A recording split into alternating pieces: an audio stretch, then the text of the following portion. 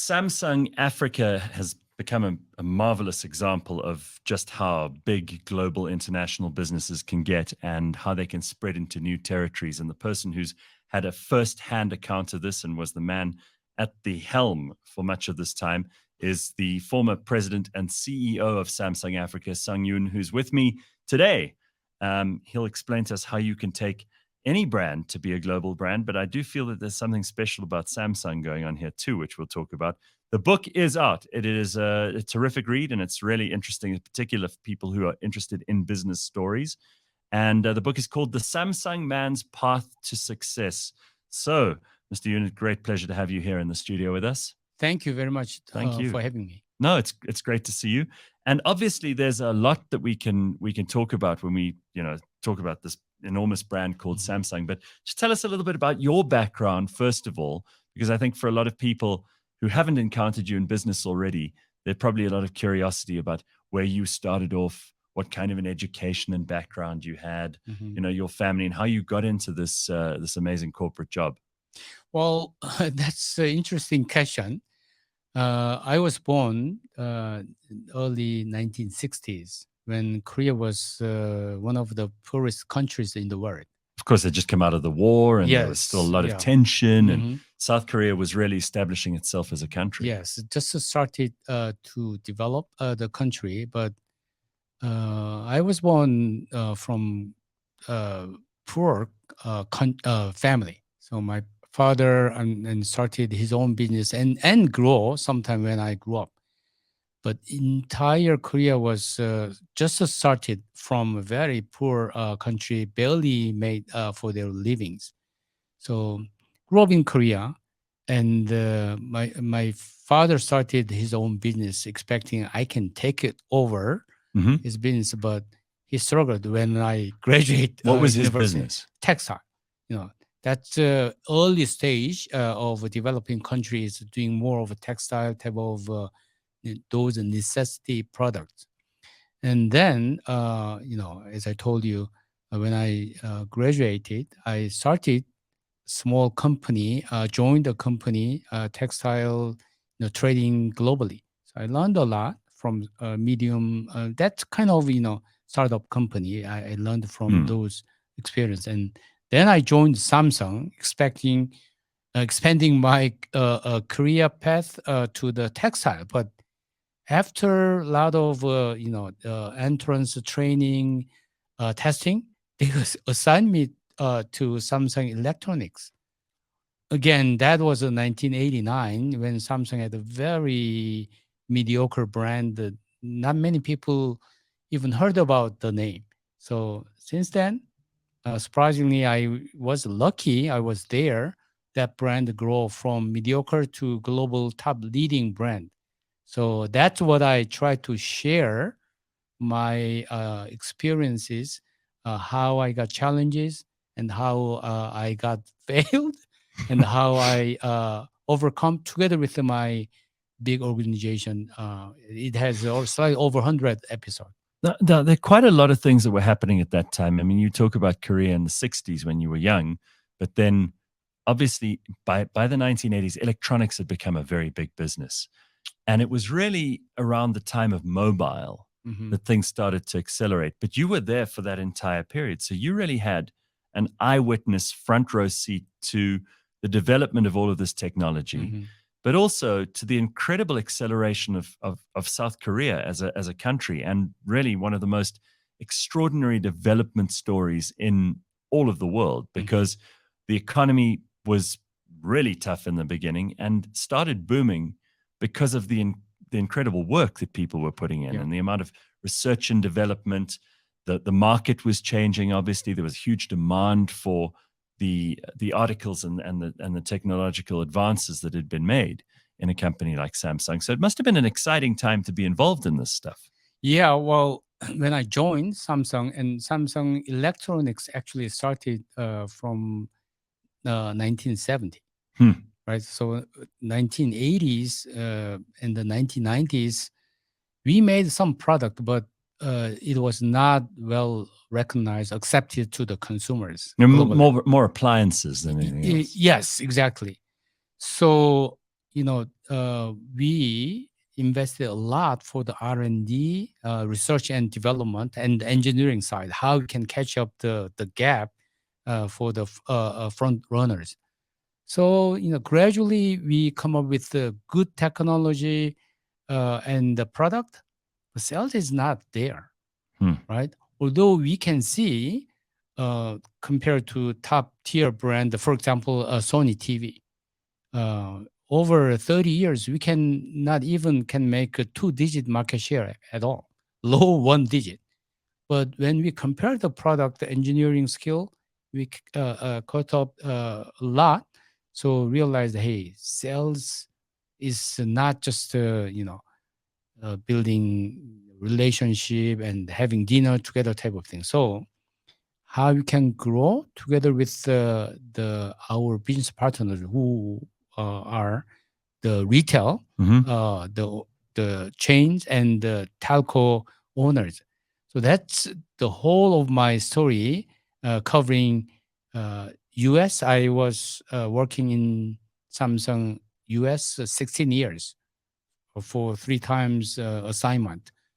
And that's where I learned all those the strategic partnership, how we can establish and apply exactly the same thing 4 years in South Africa for my last assignment with Samsung. Well, before we get to South Africa, I'm curious also about what you just said now. It's about those strategic partnerships and those relationships that you have with people. It's also about the quality of the products, obviously. But the timing is really important. And I've already mentioned mobile, but really that revolution started in the late 90s, early 2000s, and it changed everything. Yes. Because those products suddenly became the most valuable products in the world. They became the most used products in the world, and everyone needed to have one. I mean, by the end of, I suppose, 2004-5, they were ubiquitous. Almost everybody in the world knew what they were, and if they didn't have one, they wanted one. Right, exactly. So we call now feature phone, sending message type of mobile, that when you have to type the word out with the keys. So we thought that's good enough, right, for the communication. But honestly, when the Apple iPhone launched 2007, Steve Jobs for his launch, that was kind of eye-opening new era started. So Samsung Mobile was quite behind for the smartphone. So 2007, still it was quite good technology, and people just try to get adapted. That's the total portion was 2%, 3% of the entire mobile industry. Wow. But it grew fast. So, well, it didn't just grow, as you say in your book. I mean, really, it became about Apple and Samsung. Yeah. And at some point, Samsung superseded Apple in terms of things like camera, the screen, the software on the phones. How did that happen? So again, let's go back to 2007 when iPhone started a new era for the smartphone. So Samsung was behind. And just like a TV case, we got improvement, all the research investment, day and night. Actually, we worked like that. So we reduced the gap, technology gap and product gap to iPhone. So almost equal, or some functions, features were better than iPhone, but the gap, market share, consumers' mind is Samsung. Do you make a smartphone type of thing until 2010, 11? So when we got the new product called the Galaxy smartphone, still it's not selling well in America. So that's why my company, Samsung Electronics top management, sent me back to America. Hey, fix this issue. So what I can share it with you is just like think about small, medium scale companies in South Africa or startup companies. So they have a good skill or concept or software, hardware, but how they can sell? There are tons of competitions, but the brand and the marketing is not that easy. Yeah. So the way I caught up and at certain point we beat iPhone was again started with our partners. Hey, partner, what kind of product do you need? What kind of functions, right? And what kind of price? It's not always the lowest price. No, they said, no, I want to sell some premium good product. Right. And if you because price those too low, Yeah. it's also not good for you because people think there's something wrong with it. Yeah, but can you add this type of key features? It's not in the market, but that will be really. Think about Samsung is yes engineering the manufacturer, but the telcos or retailers know their customers better. So we collaborate, build up the strategic partnership. I keep saying is listen from them, and Yeah. they are sharing their marketing information. It's not confidential, but they see, and we develop new product for next year, and So- that hit the consumers. Wow, it's really cool device design, and the functions exactly what I need. So just I want to stop there for a second because a lot of people who have used Samsung phones have probably already forgotten what was there before the Galaxy and everything else. What were the features and what were the things that people were asking for at that time that you could act quickly on and deliver? So those are same important features with the smartphone. Right. Those days at the beginning, 3 inch is kind of the biggest smartphone, but we come up with the 5 inch. Yeah. And even Steve Jobs joked us, is this a smartphone does not need to go over 3.5 inch, but he changed his mind. So screen is important. It's Right. not just a size. How we communicate all those emails, informations, and website, the type of thing. And the second is the camera.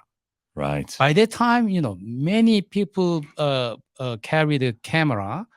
Don't get me wrong, still we need a camera, but camera has been improved a lot because Samsung had the camera division.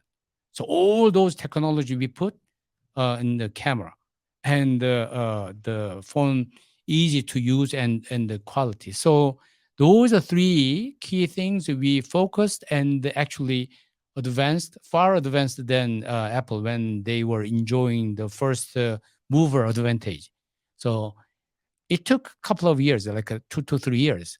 Then the response from the consumers, oh, Samsung Galaxy phone is worthwhile to try, right? And iOS and Android are obviously a little challenging thing, but when they use the phone function-wise, this is better, right? I'm not saying just Samsung versus Apple. That's something the companies in South Africa, regardless hardware, software, or mining, think about what consumers really need. Small, minor, subtle things change will move the needle of customers' acceptance, adaptation. So that's the way Samsung grew mediocre brand. And as you said, many people think, oh, what are you talking about? Samsung is a good brand, global, and good product. That's based on our listening to the real consumers, what they need, and then we checked every capabilities to develop those functions with reasonable price. Yeah, and in South Africa, as you also say in the book, you had tremendous success with market share here. I mean, in America, it was obviously there was the prime mover advantage for Apple. There was also the fact that people are familiar with their products over the course of 20, 30 years already by that stage. Whereas you come in and, it's the South Korean brand that people didn't know very well in the States. But here in South Africa, you guys did all the right marketing. You must have spent a lot of money making sure that you knew what was going on in this market. And you had those partnerships. And of course, in South Africa at that time, there were 2 big network carriers in the beginning. There eventually became 3 and then 4 and so on. Yeah. But how did you develop those strategic partnerships? I think a lot of people would be interested in how that worked. So I spent 16 years Samsung Electronics America. And those business partners were like the global number 1, 2 type of retailers or telcos, and they purchased It was like product. AT&T. AT&T, Right. Verizon, Right. T-Mobile, Sprint is gone, but Yeah. and the Best Buy, Walmart, Mm. purchasing all of our product. So they are buying not small amount, over $1 billion of TVs. One single customer, partner, or $4 billion, $5 billion type of thing. So think about the support from Samsung side. They are covering like big chunk of our business. So attention is quite intense and sportive. So when I bring those business partners bring to Korea, that's our president, the CEO, chairman level give a big support. That means I have to prepare more, right? It's not just a courtesy meeting, the No, it's not type just of thing. shaking hands. And, Yeah, yeah. the content always, need to listen what they want to talk in Korea. Normally, the meeting with the supplier and the buyer, supplier want to say what they want to say, and buyer want to say what, but but which I change it. That's how we develop it. Listen, what is your 3 key agenda or 5 agenda to fix it? That's a very high level, CEO level. Sure. We have to make some decision. So that's the every day I was being trained how we can understand our business partners' pain points or what they need to fix those issues, and then prepare. Oh, what can we do? We cannot fix all of their issues, so it should be quite clear and simple. We can do this. We can try, but this one is out of our those experience I applied exactly the same way in South Africa. No matter what their business is, a tenth or 100th of what I handled in America. So that's what being trained. So it's quite natural. I didn't do anything special efforts at all. From my experience, it's quite, hey, tell me what's your pain points and how do you want to grow together with us, and then come up with all this is what we can do, and started to build I think a trust, because I was quite honest, open, right, and they made followed every discussion point for the next meeting. So started to open their mind, right, and build up, okay, my customer like this, can you make this product? So actually, I come up with many the new product to fit into African market. And just what's the sort of timeline here? Because if we have people who are, doing the research like you are, trying to find out what customers want, and then you have to feed that back to Korea, how quickly can they come up with the improvements that you require? Well, developing new product takes at least 1 year, right? From if they decide to make, okay, we will make that product, it will make normally 1 year, because we have to check all, the engineering development and product quality testing, which will take quite a time. So security, and the quality control is quite a big thing. So 1 year. But I said if we decide to develop a certain product concept, but it takes a time. Sure, of course. For them to make a decision. Yeah. Why? Song, you ask this type of thing, but global market, it's tiny. Yeah. But it's big for African market. So it took a little time, but they... And did you have to be really careful, because the other technology companies are looking, and if they can find out what you're developing, then they can get on that bandwagon and also start to develop similar things.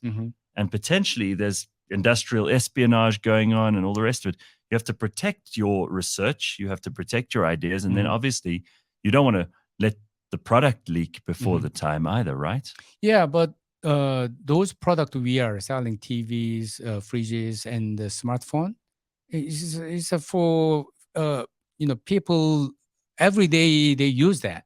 And the product concept, we can have something new technology, but that's eventually everyone can do that.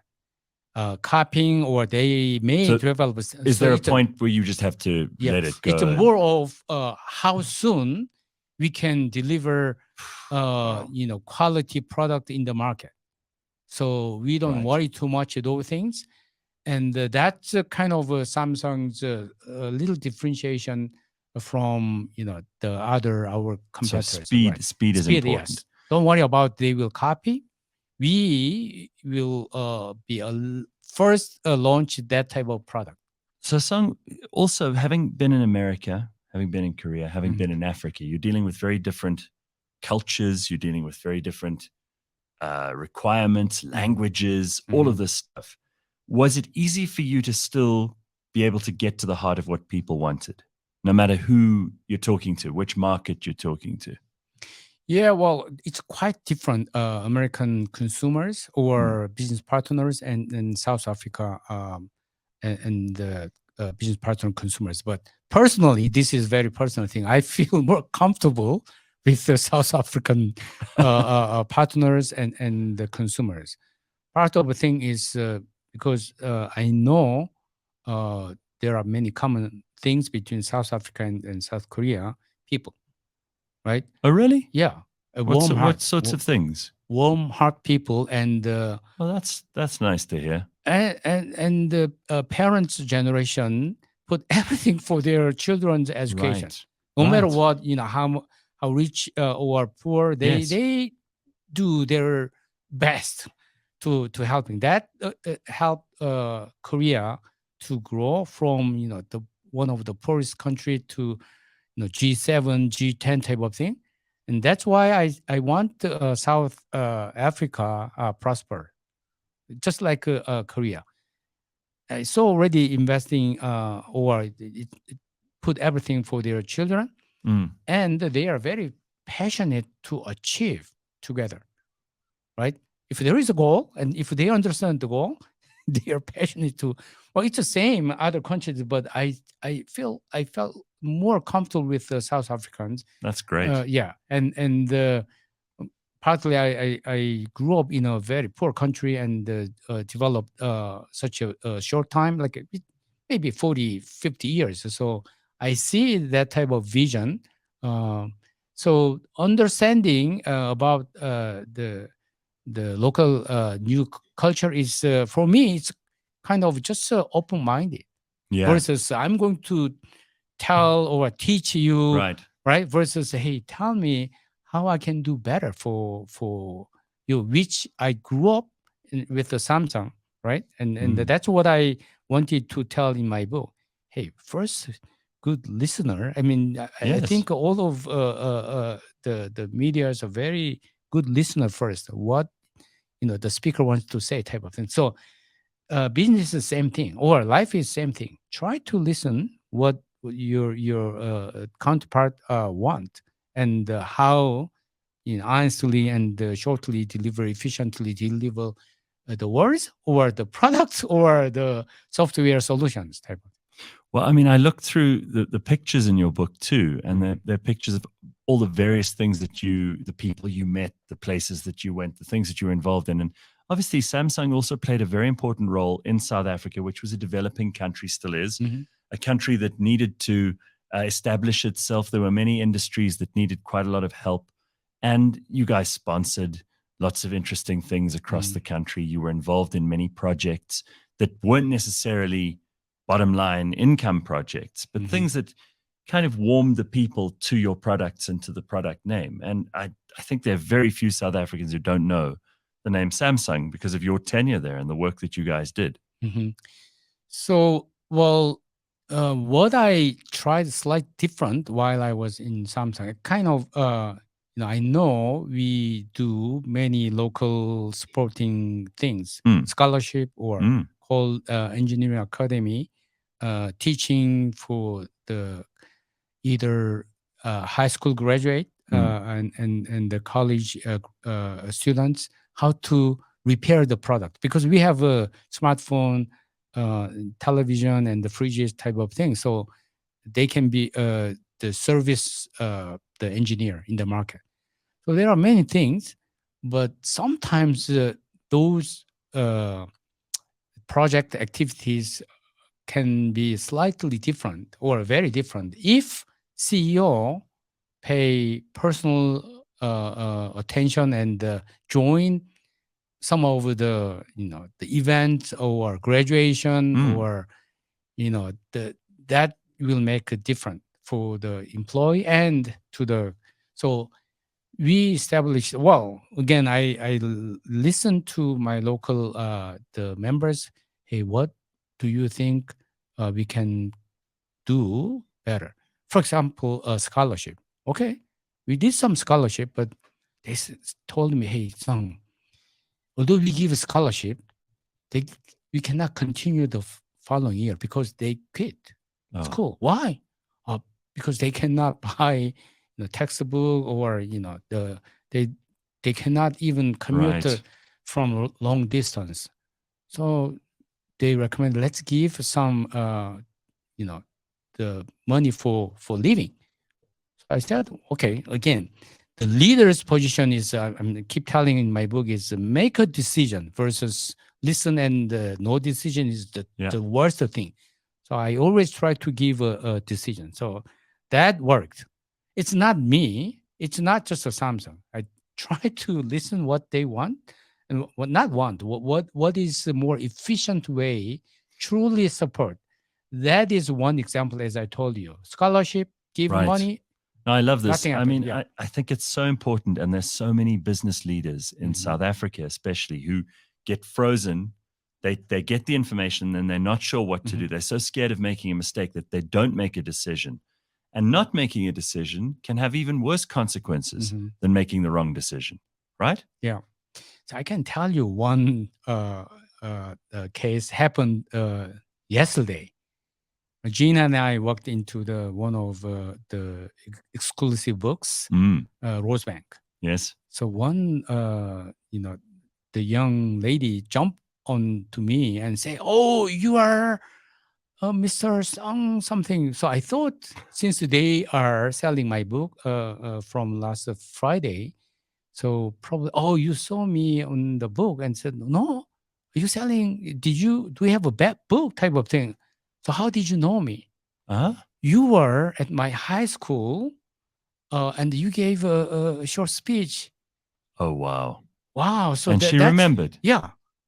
To, well, it was kind of, good That's phenomenal. surprise. Yes. Yeah. So, yeah, yeah. Do you really remember? Yeah, you look the same. And now I know there was hundred of students.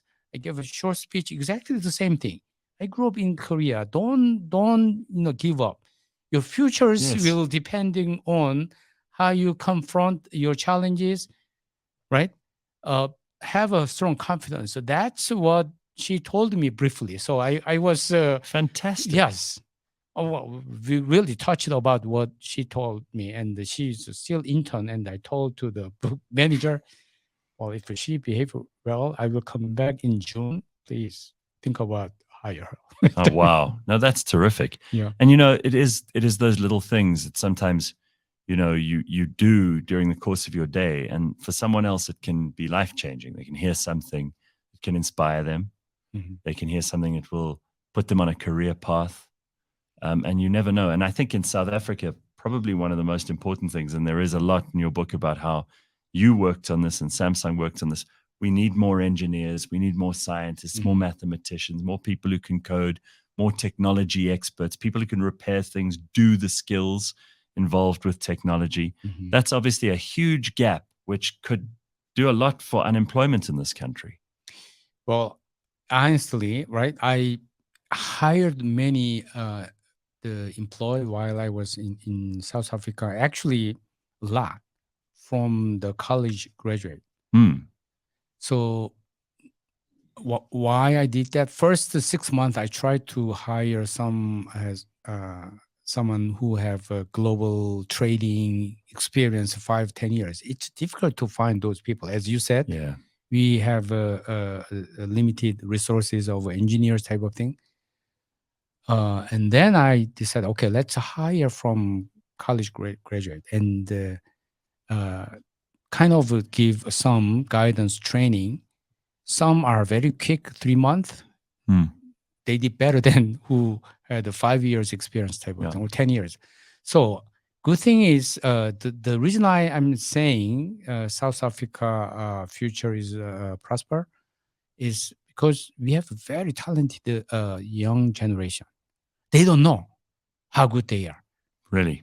Really, yeah. As I told you, when I shared, hey, here's our goal and here is our strategy, and taught them over and over, right? As a CEO, and if they understand, and their performance is, I can tell you, first tier country level. Really? That's very good. That's encouraging news. Right. I'm not saying, oh, you're good from the beginning, but No. if they know and the way they understand, right, and technology or the product sales or whatever, I think we need South Africa. We need a kind of confidence, not arrogant thinking. Should have confidence. We can do it, type of thing. Versus, That's that's unexpected challenges, tends to give up without confidence. That's something I see a little different from countries because we are still developing countries. So no, I'm really that's from my experience. I'm very happy to hear that because sometimes we're very hard on ourselves in South Africa. I know. I'm not saying negative attitude, but think about just last week. I'm retired from Samsung, but as a Samsung alumni, there is a battery company in Samsung called the Samsung SDI. And I don't mind LG, and who was kind of a competitor, but LG SK, they have a good battery, global number 1, 2, 3 type of thing. So one of my kind of friends, I can say that who is running independent power producer, big company, renewable energy, solar and the windmill, called me, hey, son, can you help to find the battery companies? Yeah, I know some of them. Well, I was not in that industry. Yes. So he's pretty strong for renewable energy in South Africa. And I know some big leaders. Actually, the CEO level is a friend of mine. Right. So, and there was a project released from the ESCOM government for how we can keep those solar and the wind energy storage as a storage, battery storage. If we can keep like a couple of hours, can fix our load shedding problem, right? I mean, it's not overnight. No, so it's quite interesting things. But what I like is, second chapter of my life, I want to contribute something for the life of South Africans and Korean companies, right? They have some good technology product and financial capabilities. Connecting those things. But what I really like is, I have all those connections, is those guys flew out to Korea, young, relatively young. But I saw they are very passionate. They were quite, sorry, we don't know battery. And, from the other side, it's the size of the company it's not matching. But when they met, they saw the possibilities. Do you understand? Yeah. So, okay, some of Samsung, LG guys told me, hey, let's just try to move to the next step. It's not like make a contract yet, but I like those South African young, entrepreneur, passionate people. That's great to hear. So Song, you obviously have been watching what's been going on in the world of technology, even though you're retired from that now. And I like the reference that the second half, the second chapter of your life is yet to begin. But what do you think is going to happen in technology? Where do you see things going? Because there are a lot of people who are very nervous about things like AI. There are a lot of people who are very concerned about the amount of time that particularly young people spend on these phones. They're on there all the time. Do you think that overall the benefits of technology outweigh the problems and the concerns? And what do you think you are concerned about when it comes to technology going forward? Well, I think technology, especially these days, AI, some pros and cons. Yeah. Well, obviously, the AI, artificial intelligence, is already there in smartphone, TVs, right? Started like actually 10 years ago or 15 years ago, very early stage, but the development is, quantum jump at certain point. So that's why one of the recent Chat GPT is, everyone is talking Right. the future of that and the dangerous part of that type of thing. But think about the metaverse. Like it's just 1 year ago, around 1.5 years ago, everyone talked about metaverse, right? Right. Oh, it will change the entire industry. Yeah. But it's not. And AI, right? It's not something new come up in the market this time. As I told you, it's already there, right? Smartphone and TV has some sort of, but very limited. So I don't think, right, it will completely, AI will dominate people type of thing. No, there'll be some solutions we will find. So that is for enhance our people daily life. Otherwise, there'll be many ways we can. I use ChatGPT when I have some questions, but it's not 100% accurate. Right. It's just, great, wonderful product, but it has a limitation. And for example, he cannot have this type of interview in the long run, right? No, you can't. Not yet, but maybe one day.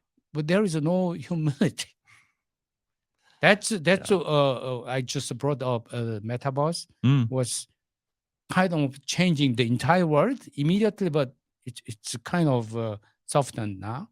And ChatGPT, that's not going away, but I'm not worrying too much about that. And the South Africans, we know when I was here, the young generations are very smart to catch up the software skill set. So that's another chance for South Africa to develop for the future. Now you're living in South Korea, but you still come to South Africa for business. You're still looking at what South Africa is up to.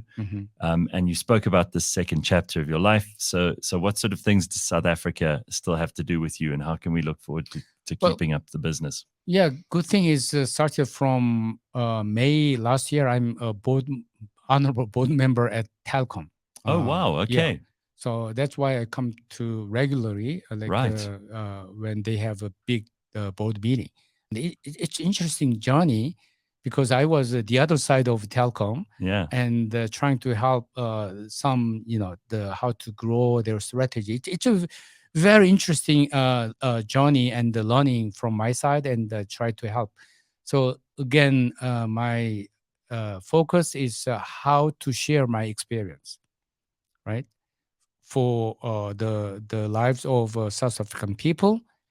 And I'm Korean, so developing those relationship connections if needed, that's more than happy. I can spend most of my time. Well, it's a great pleasure to spend some time with you, and I wish you well with the book. I think it's going to be an excellent read for anybody who wants to know what the inside track is on business. There are lots and lots of people in South Africa who are trying to understand how technology will impact on them. Decision making, which is what you referred to earlier, and what it's an important part of your book. Especially for the leaders. Leaders, Absolutely. right? The definition for the leader is making decision and should take responsibility of the result. And the calculated risks, which is another thing that we haven't had a chance to get into, but I really think it's terrific. The Samsung Man's Path to Success, Turning Crisis into Breakthrough is the book from Yoon. It's a great pleasure to have you here. Thank you for having me. Thank you so Appreciate much. it.